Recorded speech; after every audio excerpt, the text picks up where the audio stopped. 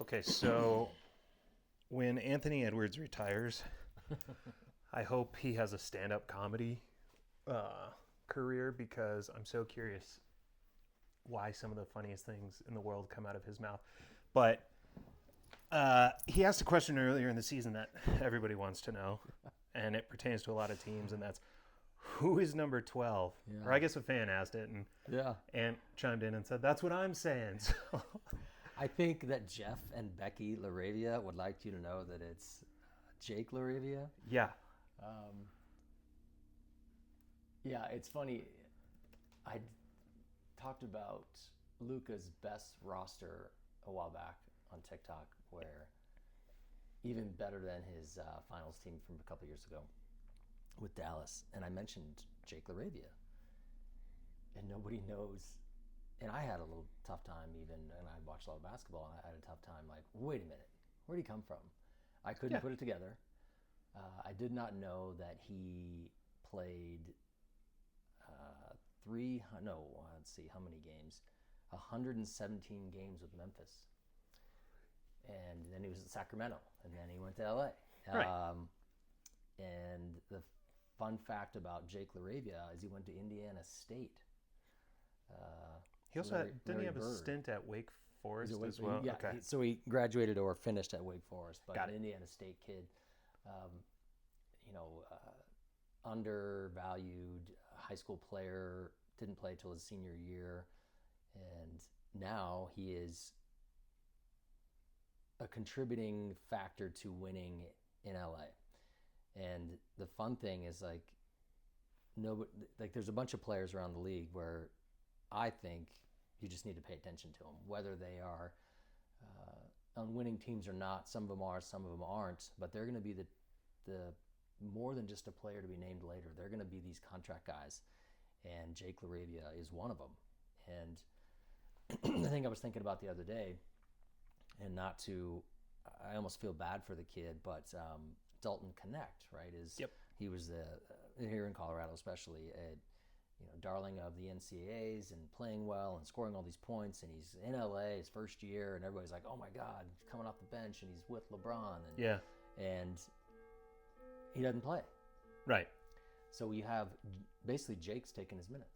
And so Jake Laravia is this 6'7", again, the size that we talked about last episode. Yep. Size matters. And he, again, another guy that does not need the basketball to play.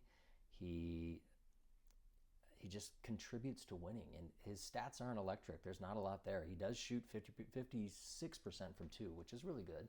Right. 33% from three. So he's an effective shooter. But he's just a really good decision maker, and decisions aren't easily measured. Well, and on top of that, if you kind of look at historically, like the most games he's ever played is 47 in Memphis, and that was last year in 24-25.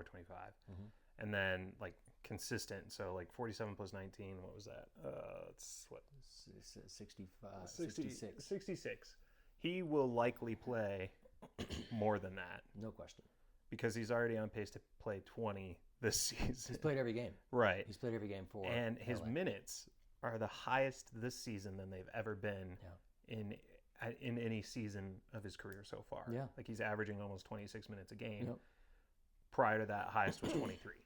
Right. Like- And so he's a factor on a pretty good team. Right. A pretty good LA team.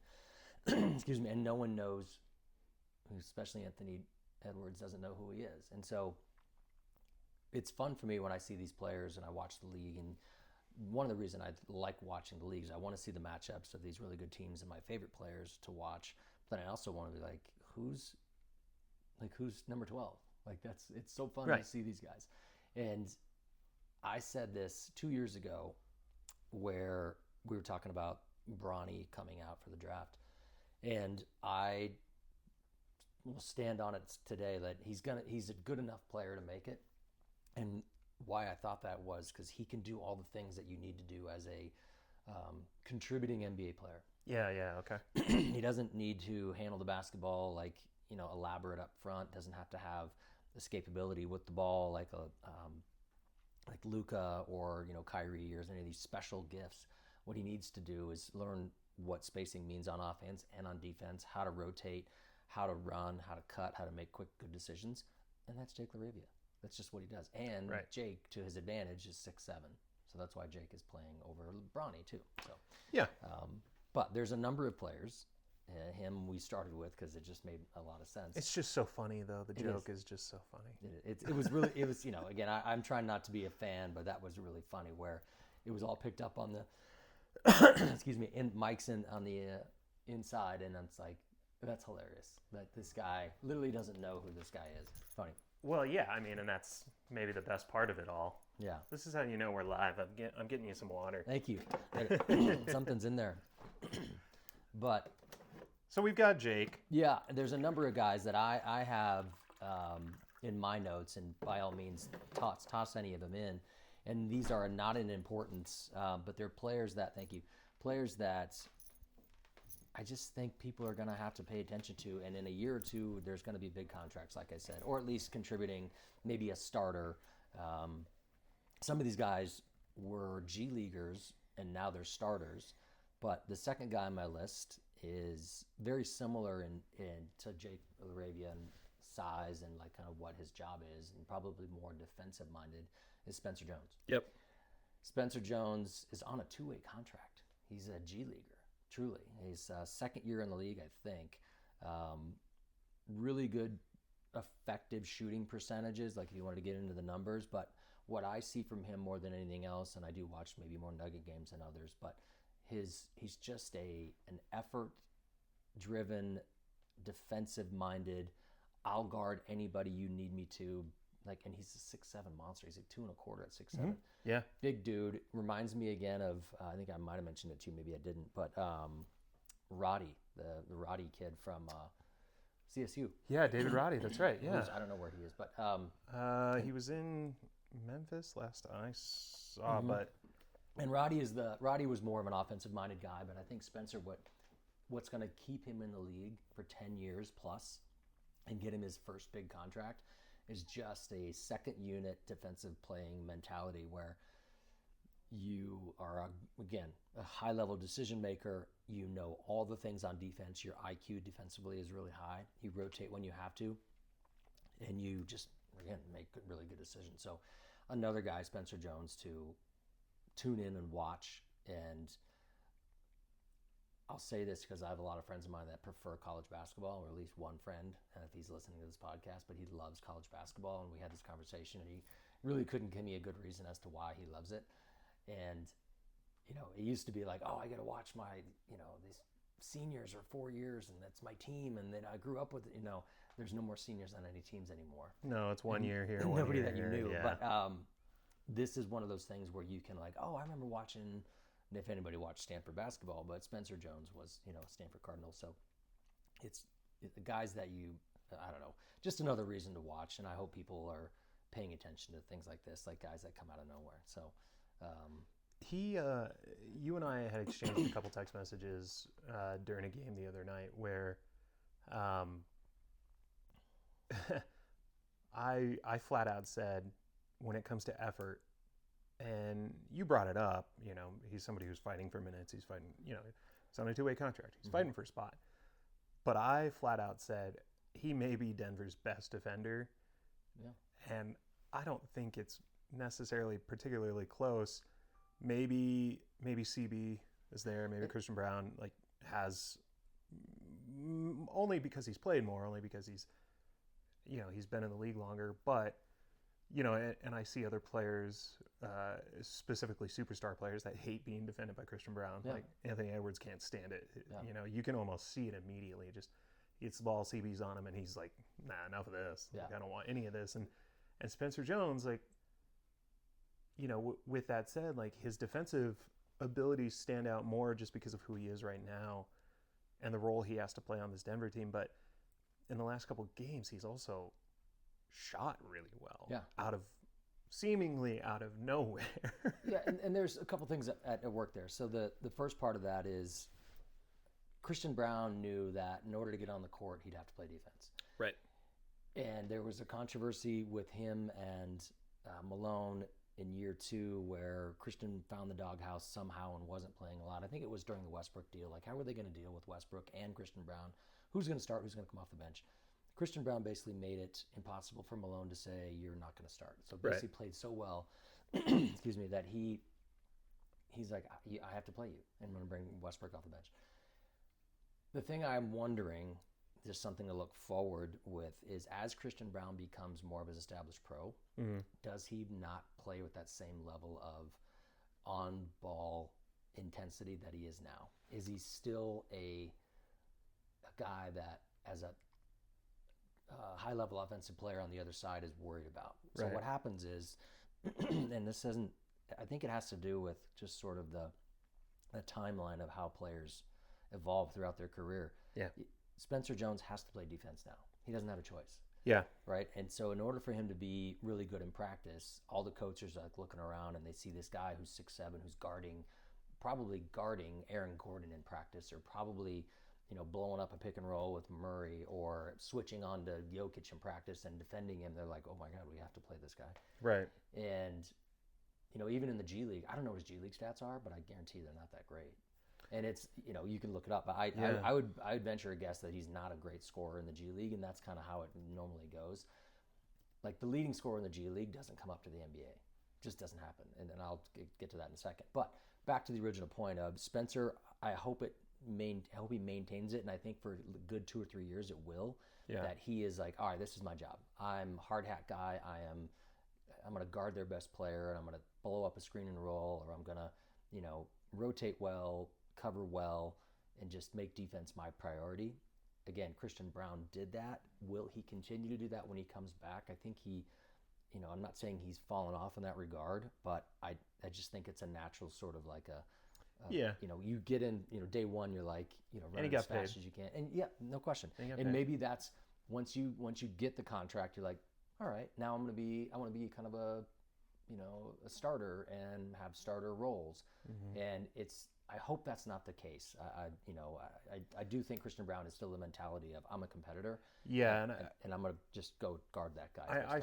I saw that, I think, for Nuggets fans out there, I think it's important to note that, like, even before he got hurt this season, he was still very much like, had no problem guarding whoever he was on the court. Yeah. He just, his motor was always going. Yeah. And, it's really cool to see that Denver has maybe 2 of those players on their roster. So yeah, and again, when he comes back, does Spencer stay? That's the other part of, like, now that Denver is depleted a little bit with Gordon and Brown, does Spencer still? Now Spencer's minutes will go down, of course, but I think he's done enough to where if I'm another team, I'm like, oh, Spencer Jones. Yeah, like, I'm going to come get him. Yeah, and that's the risk of playing a guy like that in those moments. And I'm going to skip the third guy I had and go to the fourth guy on my list because of that notion. Colin Gillespie.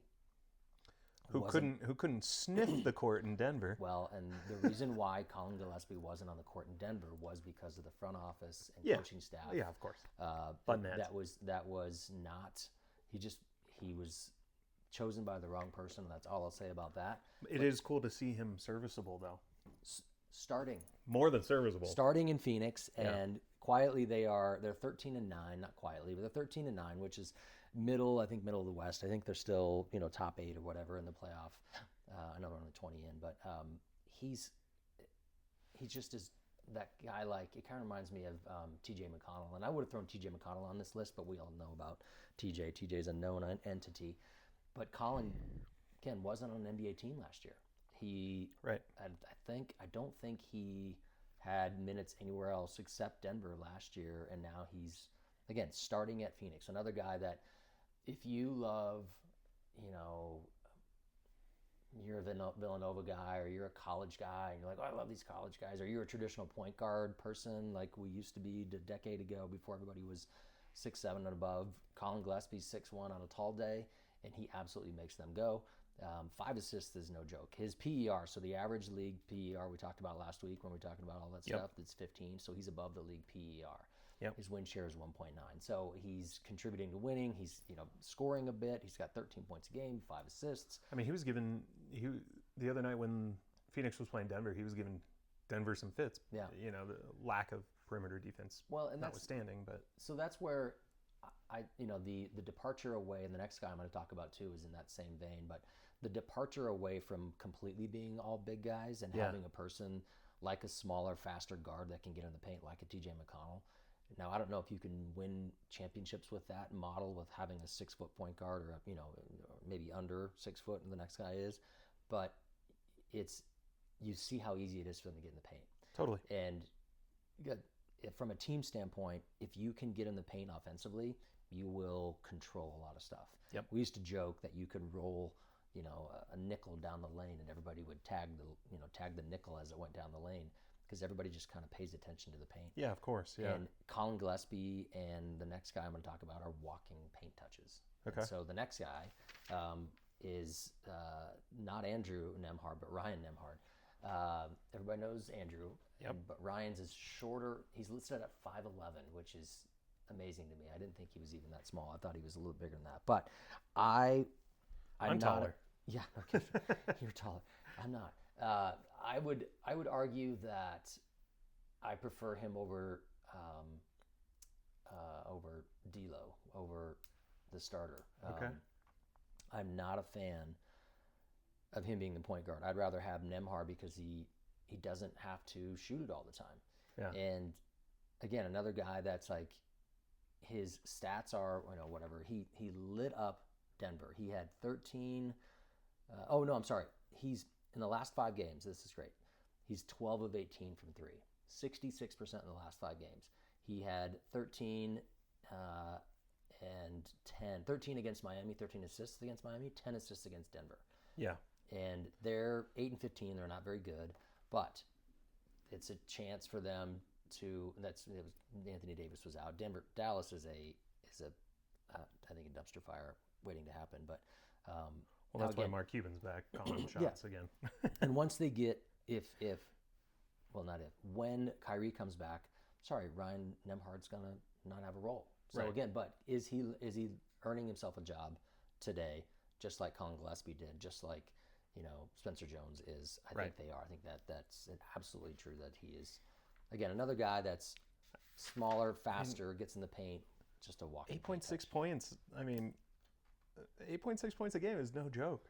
For a 5'11" dude. But, yeah. And again, his ability to shoot the basketball. So I would contend that one of the reasons Steph Curry is so fast, or seemingly so fast, I don't know if what his foot speed is. I feel like it's really good. I would say he's really quick. I would say, he's probably, I don't know what his literal stats are, what his speed is, but his ability to shoot the basketball gets him more space. So if you're 5'11", and you need to get some space to get in the paint, you've made 12 of 18 threes in your last 5 games. They have to close out. So the scouting report right now says we have to get to Ryan Nemhard in the pick and roll. We don't want to let him get a 3. So as we go out to get him, he goes by you, and now it's 5-on-4. Right. And so it's just shooting the basketball makes you faster. It actually makes you create more space by being able to shoot the basketball by default. So makes sense. So so Nemhard. The other guy I want to talk about, my favorite guy. One of the reasons I actually thought about this segment for today's pod was not even the Jake LaRavia one, but Denny Avdija. I think it's Avdija. I think I've heard somebody say Advia, but it's Avdija. So Denny, he's been in the league a while. 4 years, was at Washington, and that's kind of why probably nobody knows who he is because he was in Washington. And now he's in Portland, so also a bit of a lost team, but they had a great start to the season given the fact that their head coach was, basically suspended until further. But he's playing the most minutes of his career. He's at 19 a game, I think. But if you watch, this is one of those things where stats, I don't care about the stats when I watch him play. He will always make the right play. Again, another big dude. I think he's 6'7", 6'8", maybe. Really athletic, finishes around the rim really well. But what he does better than anybody else that I've mentioned on this list is he will get in and play make. So he'll probe, drive, and find. And it's not like he turns down shots, but he just makes the right, easy, simple play. And I think his win share, I'm not sure if I have the win share number, it doesn't even matter. But if you watch Portland, if you have a chance to watch him, you're going to see Denny, and you're going to be like, who's this dude? He looks like Jake LaRavia, but he's not Jake LaRavia. But he's just different. He is on a mission, and he was really good in Washington. I remember, always kind of seeing him and was sort of an after mention, but now he is leading the team in minutes, I think, and just crushing it. So it's funny you brought him up because OptaStats reported that he, through the first 20 games, he's done what no other player has ever done before in NBA history. First 20 games, he's the first player to hit 516 points, 141 rebounds, 115 assists, 51 made three-pointers, and 14 blocks. Now, those are very cherry-picked numbers, but they are numbers that exist for a reason. Those are those are big numbers. One of the things I talked about before we even did this was like these are guys that they are contributing to winning whatever they are supposed to be doing, right? Whatever it's and this is why I love this list is because these are the guys that they just do their job. Like one of the things I love about basketball is if everyone does their job, not everybody can be the leading scorer.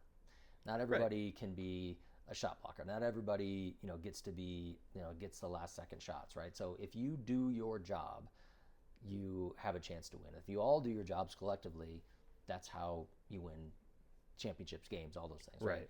And so these guys, not a single one of these have I seen that they're like, it's me first. Like I didn't pick any of these guys, not on purpose, but they just happen to be like my favorite guys to watch are the guys that just don't need the basketball to affect. Like, can I feel you when you play? Is sort of a thought when I'm watching games. Like, who am I feeling today when I'm watching this competition? Like, and all of these guys will affect what's going on. You're gonna know. You're like, wait a minute, who's that? Like, where'd that guy come from? Yeah. That's exactly who. But Denny is now an established veteran. He's a fifth-year player, fourth-year player, whatever. He's more than just like an after-mentioned player, but he is a guy that, again, no one really talks about because Portland's not really on TV much. Yeah. But he is quietly just being really good for Portland. Now, they're, again, 9-13. They're not great, but they should have been worse. They should have been, after the whole coaching change and all that, they did make a little run. I think they were, top 5 in the NBA to start the season, and then they've fallen off. But that's the sub-in coach spark that occurs in every sport. Yeah, let's play hard for the new coach. Yeah, let's get him a job. And I haven't seen their opponents. Like, are they playing the best teams? But 9-13 is not very good. They're headed toward the lottery. But Denny's a fun guy to play, watch play. He just, again, always usually makes the right choice. So and he's Israeli, so happy Hanukkah. There we go. To all of our listeners. Love that. I will be throw that in. I feel represented in the NBA. Yeah, I love this. They're I think a player like him who is just wouldn't have been on anyone's radar. Yeah, no. To start the season. And it's one of those things where I didn't know he was in Portland. So it was one of those, like, wait. And I remember listening and watching him. And I remember talking with one of my Nugget buddies who's at the front office, and we were going through players. And I remember mentioning him. Yeah. And, it was a positive response, of course. And I'm like, I don't even know where he is. Like, is he still in Washington? Kind of the thing. Right. It was funny. So, sorry, Denny, but love you. The last guy that I'll mention is, I don't know if people know him as well. And he felt like San Antonio gets a lot of publicity when Wembanyama's on the floor, but he's been out for 9 games, and San Antonio is still 15-6, 4-1 in the last 5. Yep. And so the guy that I point to for most of that is Devin Vassell. So his win share is ridiculous. It's 13.2 is his win share. Yeah, he cooked Denver the other night. Cooked 33, I think. Yep. And so I've seen him more than once take giant, like, dagger-type shots in the fourth quarter to win games, to close games out. Again, another big player, 6'5", been in the league 5 years, with one team, was anonymous to start his career because San Antonio was really bad. Yeah. And he's quietly become just, he had 35 against Denver. He's just the guy that's just fun to watch. Now, he's more of an offensive-minded guy. I wouldn't say he's like these other guys that I mentioned. that kind of do the right thing. He does look for his own shot a lot, but he's like their main offensive like option now that Wembanyama's out. That shot is falling. Yeah, and he's making a bunch of. I don't even know what his stats are. I don't care, but he's that dude. Like he's the guy on the court. You're like, he's going to be a problem tonight. He makes the defense ask a lot of questions. Again, if Devin decided he wanted to get traded, there would be 29 teams that are like, take him. Yeah, I'll take him. It's what's funny that you would bring him up is in a group chat that I'm in, it's primarily Nuggets fans in that group chat, but it was looking way ahead to the playoffs in terms of like, if you were Denver, who would you like amongst these three teams? Rank who you want to play in order of preference, and the options were Houston, LA, and San Antonio. And it was almost unanimous that San Antonio was last in terms of preference. Nobody wants them because it's a team that is still a little bit too young to know any better. Yeah, like sort of the too stupid to know you're not supposed to be here type of thing. Right. It was almost unanimous that LA was first. Like, yeah, we'd rather play LA. We'd rather play LA. Don't give me the team that doesn't know any better, and don't give me the team that has nothing to lose. Yeah. And San Antonio, without Wemby, because of contributors like Devin, are playing like they have nothing to lose. Yeah. And that is what has made them a continuously dangerous team still. No question. And I think,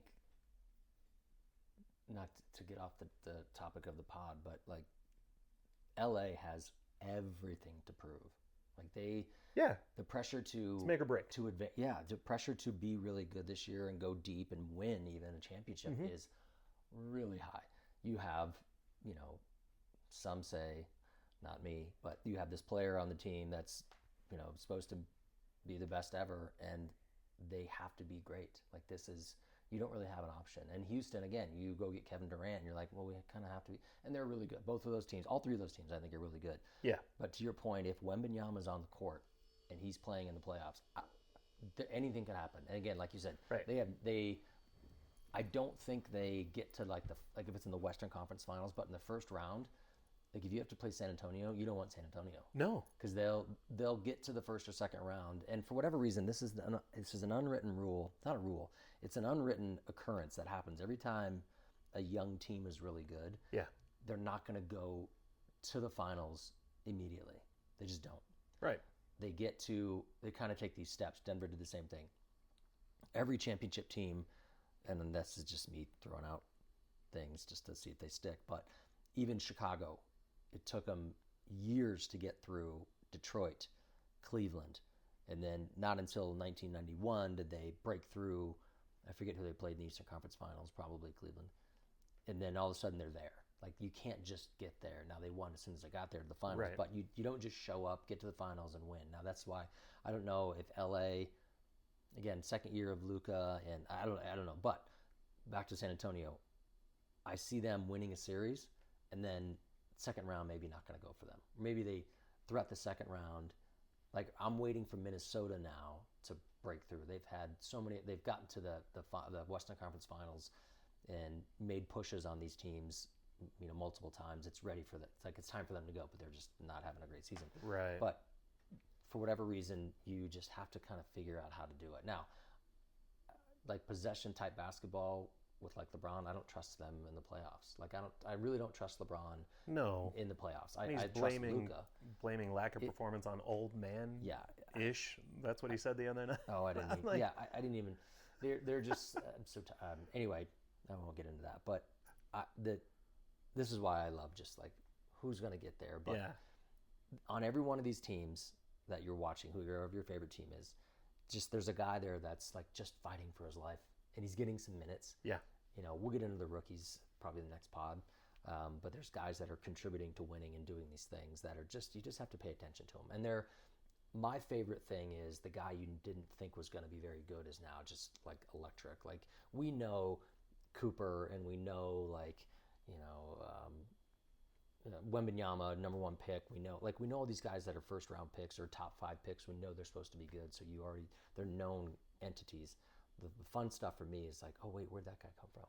Why is he on the court right now? Like, It's just a blast. I think that's the fun part for me anyway, to find out all this stuff we didn't know about.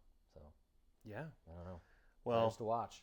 I can't wait for the rest of the season to figure out who else is going to kind of establish themselves as someone that is fighting for a job. And it's So we're still early. wait, 20 games in, which we said. I think the first pod was wait till 20 games. So and you can kind of see who you can see who it is now. It is the trends are trending. Yep. And we're in that space of like, all right, now it's gear 2 and it's the next 20, and we're going to see separation. We're going to see some flips. We're going to see all kinds of, just the rivalries that come in. The Christmas games are coming up. Like this is the best time, truly the best time of year for the NBA, I think. Yep. Right around that Christmas when everybody's sort of like, all right, we're through the preseason. Preseason's over. Yeah. All the guys that are supposed to be playing are back, and hopefully Wembanyama's back.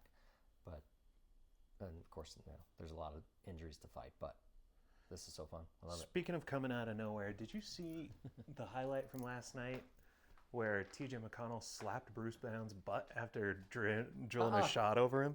It was the funniest thing. TJ